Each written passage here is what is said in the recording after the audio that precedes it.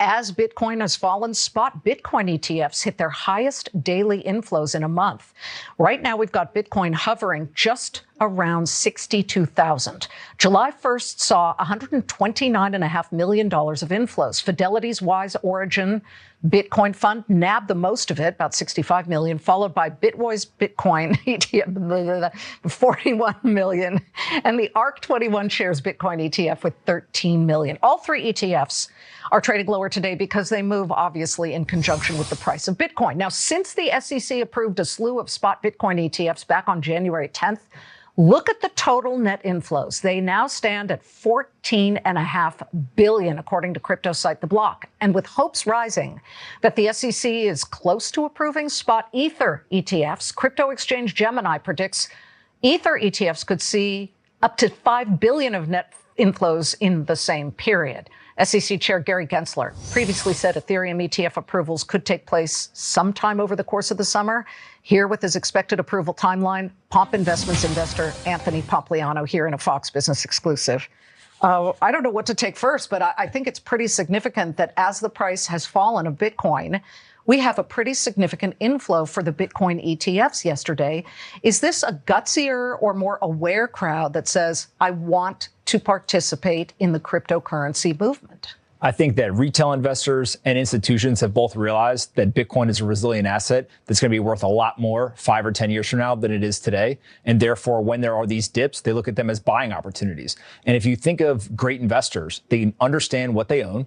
And when those assets go down in price, they buy more. And so it's the people who actually question if the price moves against me and should I buy more? They just may not understand what they actually own. And so what's interesting is if we go back over the last couple of bull and bear market cycles in Bitcoin, we used to see a lot of 30% drawdowns. In 2017, there was 5 or 6 different 30% drawdowns. In the last cycle, we saw a couple of 25% drawdowns. Now what we're starting to see is only about 15% drawdowns. And so the volatility is actually being dampened. And there's this persistent kind of inflow coming from these ETFs, which historically was not there. And so I think that really serves as this great tailwind for Bitcoin going through the end of the year. You just said that some investors buy things they don't understand. I think a lot of people who are in Bitcoin might not understand it. They don't understand what causes it to move, because sometimes if the stock market's falling, Bitcoin's up, or if the stock market's falling and Bitcoin is down. Can you give them any insight on this? Yeah, what's really interesting is one of the great lies in the Bitcoin world is that nobody cares about the price. Actually, price is the marketing for Bitcoin. There is no centralized team. There is no board of directors. There is no marketing budget. So what usually happens is when the price goes up, everyone starts talking about it. The media covers it. And people go and they say, oh, well, if it went up, maybe it's going to go up more. And they go and they buy some. And so most people I know actually showed up to Bitcoin initially because they wanted to make money. They wanted to buy it and have it go up more. What ends up happening is as they start to hold that asset, it's very volatile. So it goes up a lot, goes down a lot, and it makes you start to say to yourself, what is this thing that I hold? And it puts them on this learning journey. And so what ends up happening is you go from a speculator looking for price appreciation to someone who then begins to appreciate things like sound money principles and turns you into a long-term holder. And so if you look on chain, you can literally see majority of people who hold Bitcoin are not selling it when it goes down in price or when it goes up. They're holding. But people definitely are showing up initially because they think that I can buy this thing and it goes up, 2x and I'm going to sell it. And so over time, the Bitcoin community has to educate those individuals, whether they're retail or institutions, to become those long-term holders. Well, if this is any metric, Michael Dell put out a tweet. He put out a poll. Did you hear about this? And in this poll, he asked, what is the most important thing to you in your life? Is it Bitcoin? Is it AI? Is it love and relationships, or none of the above? 43% said Bitcoin. 39% said love and relationships. But I mean, clearly a lot of Bitcoin aficionados like Michael Saylor dropped in and probably punched that up. But you've got Michael Dell as a multi-billionaire.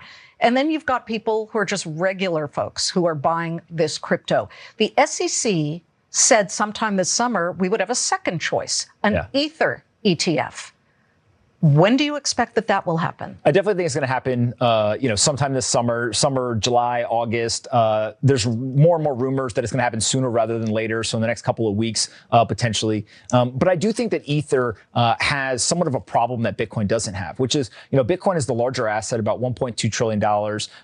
Ether, about $400 billion. So there's a size component here of just how much money can institutions really put into Ether versus Bitcoin.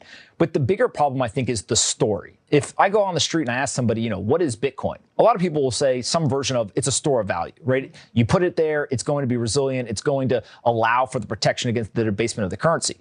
If I go and ask those same people, what is Ether or what is Ethereum?